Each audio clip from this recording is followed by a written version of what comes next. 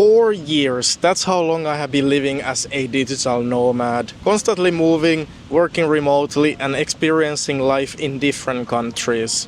But is it actually worth it? In this video I will give you my honest opinion on the pros and the cons of this lifestyle. Should you become a digital nomad, or would you be better off just moving abroad as an expat? Or in some cases, is it actually better to just stay in your home country and travel occasionally? By the end of this video you will know whether this lifestyle is worth all the hassle, or is it just an overhyped dream.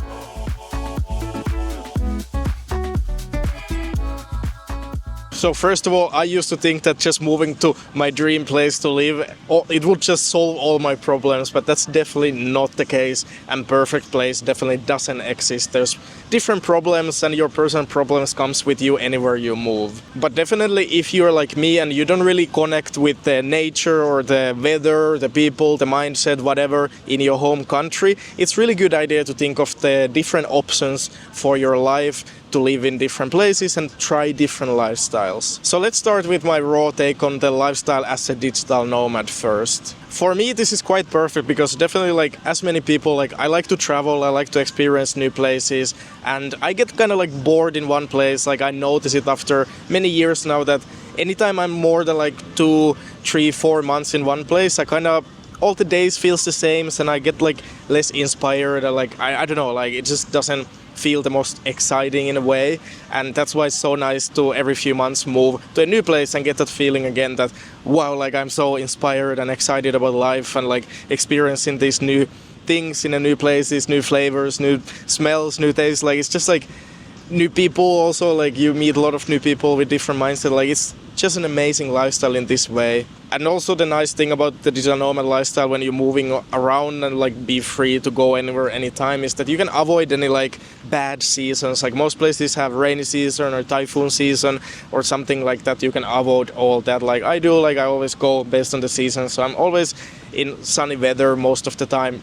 Not right now, but like usually. And also with this lifestyle you have a lot of freedom when it comes to like optimizing your taxis and your setup, because you can be anywhere anytime and you don't need to be in one place for a whole year. So that's a lot of the positives, which are of course amazing, but there's of course a lot of negatives also. And the way I would explain this is that if I compare my lifestyle to someone who's an expat, so they just moved to a different country, for example Indonesia, they moved to Bali and they just stay in Bali all the time.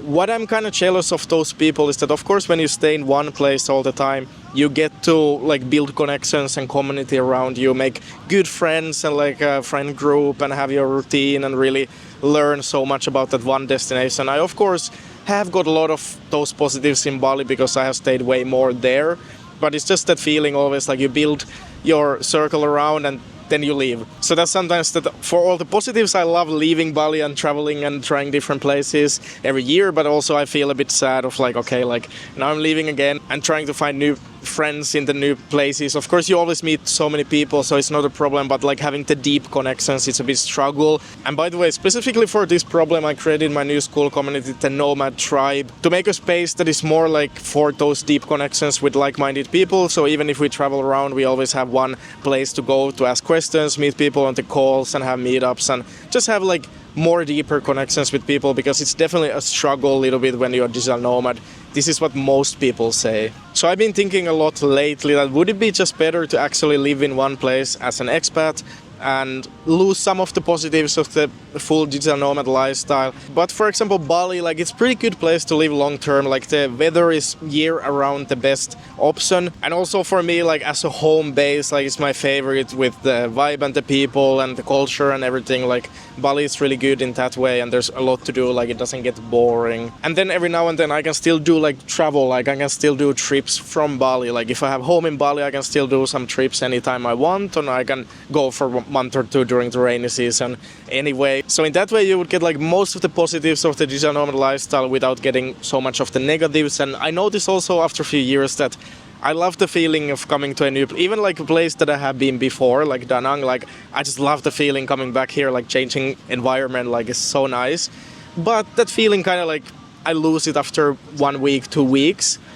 then it feels the same again, like not so inspired. So is it better to chase that new feeling all the time after year, or is it better to settle down more in one place and still can travel and experience places without losing the community and the people side of staying in one place? And by the way, one of the best travel hacks I have found as a digital nomad is using eSIMs. Wi-Fi is still not always reliable, and of course you need mobile data when going around. And honestly, I don't even bother with physical SIM cards anymore. Using eSIMs is just so much easier and hassle-free. You can set up your eSIM just before your flight to have a working internet the second you land in your destination. No need to search for SIM card at the airport and deal with top-ups. And by the way, the SIM cards bought at the local shops or at the airport are often quite unreliable. They might just stop working after a while. But with Holafly, the sponsor of this video, you can get reliable, unlimited mobile data in over 200 destinations, and they have also regional plans. So if you're traveling around Asia, for example, you can just get one eSIM that works across multiple countries. So no more worrying about running out of data or any surprise fees. So if you're traveling soon, check out Holafly and get an eSIM for your trip. I will leave a link in the description. Trust me, it just makes life so much easier. And by using my discount code DIGITALNOMAD, you will get 5% off and help support my channel. And one thing also now, after a long time, I noticed like, if I think of like just staying in your home country, in some cases like it's just so easy. Like you're a citizen in the country where you live, like you're from there. You know how everything works, the taxis, setups. Like you really save so much hassle when you just live in your home country. Like there's less risk and less like worry about like how things gonna change in the world. And in a way, when you travel from your home country every now and then, you really do enjoy the travel. I remember traveling from Finland like to Bali or Philippines back in the day when I still lived there. Like I was just like, it was amazing to travel, like the best experience. Like I was just like happy tears almost like every day. It was just amazing feeling, you know, to finally travel to a new place like that. But when you do this all the time, you kind of lose that like magic of traveling. Like it's still nice and it's amazing, but it's not as like incredible like it was back in the day. So I would say that if you don't have any place that you really want to live instead of your home country, if you're kind of happy with your home country, it can be even make sense to just stay living there, because like, yeah, that mindset of like, okay, if I move to this new place, things gonna change and be so much better. Like, it's not really like that. It can be because you meet new people, you get new opportunities, you develop your mindset and all that, of course. But in a way, it can be also pretty good to just stay in your home country if you have your close friends and family and really enjoy your life there and have all the positives with that. And also more about the topic of health. Of course, when you move to these places in Southeast Asia, for example, in some ways you can be way healthier because you're in a like outside in nature with good weather, like surfing or like eating nice food in the restaurants, easy like really healthy options. But of course there's also like the negatives, like you can get food poisonings easier in Bali, for example. You can get like tropical diseases like dengue fever from the mosquitoes. You can easier get like into scooter accidents or something.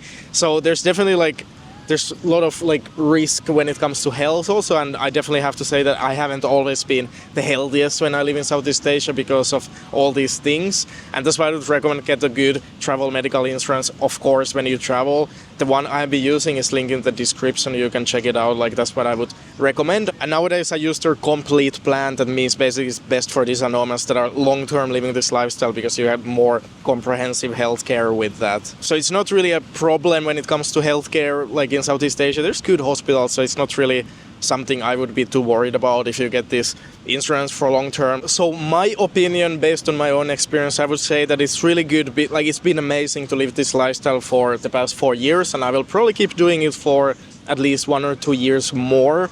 But after that, yeah, based on everything that I already say, like I've been thinking that would be better to have a home in Bali or like in some place that I love the most, and change the lifestyle a little bit like that. Especially if I build a family one day, that I definitely looking forward to do and want to do, it would be much better to stay in one place and can still travel but settle down a little bit. And in Bali, for example, there's good international schools, so that would be kind of like what I'm seeing for the future. And by the way, if you're getting value out of this video, please like the video and subscribe to not miss out on all the future content about digital nomad lifestyle in different places. And of course, one positive that I need to mention is that when you live this digital nomad lifestyle, you can live anywhere. You can save a lot of money. Like cost of living is so much cheaper in some of the places in Southeast Asia, for example, compared to Western countries, that obviously you will like you don't need to make that much money to live a really good lifestyle. So that's the opportunity. But of course the challenge is like, can you make money online, like without needing to be in a specific place? Because in most cases you can't really get like a job in Bali or something like that. You need to work online, and if you can make it happen, it's really amazing setup, but it can be a challenge, of course. And also like the world and the countries, and you don't really know how things gonna change with climate change, also like how different countries gonna develop to better and worse conditions for living. So that's why it's nice to have this freedom of like, I can kind of just choose whatever makes sense for me, whatever I see is the best option, I can go there and have the freedom and flexibility. So that's definitely a big positive about this lifestyle. And one thing I have been thinking that it would be nice, like if I'm getting a home in Bali, of course, would be nice to own it, like would be nice to invest into a property, but it's not that easy because in Bali it's always leasehold, so it kind of like lose value by time, so it's not like a long-term investment in that way. So that's one negative, that in my home country, of course, I would buy a property, it would be really good long-term investment. So there's not really that kind of opportunity when you as a foreigner in a foreign country. So that's one negative, but of course, like you can also make good business with properties opportunities in Bali. Like you can build a lot of properties and like have different businesses around that. But for a simple investment as one person buying one house, like it's not that nice that it would be in Western countries when you actually own the land and own the house. So yeah, every lifestyle, every place have the pros and cons. You just need to choose something that is like, for you the pros are more important than the cons. That's just how life works. And for me, digital nomad lifestyle, yeah, it's been a good choice. Like I'm happy that I did this and I make all the effort to be able to live like this. And for most people, I would also recommend doing this at least for 1 or 2 years to kind of also see, like, you can't really know what is your favorite place to live before you try many. Like just moving to Bali or just moving to one place and just settle down there, like how could you know that you wouldn't enjoy actually living in Thailand way more? So that's the positive of trying many places, that you can actually find like what is the best for you, where you feel the best, where you meet the best people for you, like most like-minded, and then choose one place for long term. Because I would say that most people wouldn't want to actually live for the rest of their life digital nomad lifestyle. Of course, like most people want to build some kind of community and home and family in one place instead of always traveling. Like it can get a bit exhausting, always changing place and never settling down somewhere. So yeah, in the end of the day, I would always recommend trying to build some kind of business online to give you the freedom to choose, because that's really the greatest feeling ever. So yeah, I hope to see you in the Nomad tribe. Like and subscribe, and see you next week.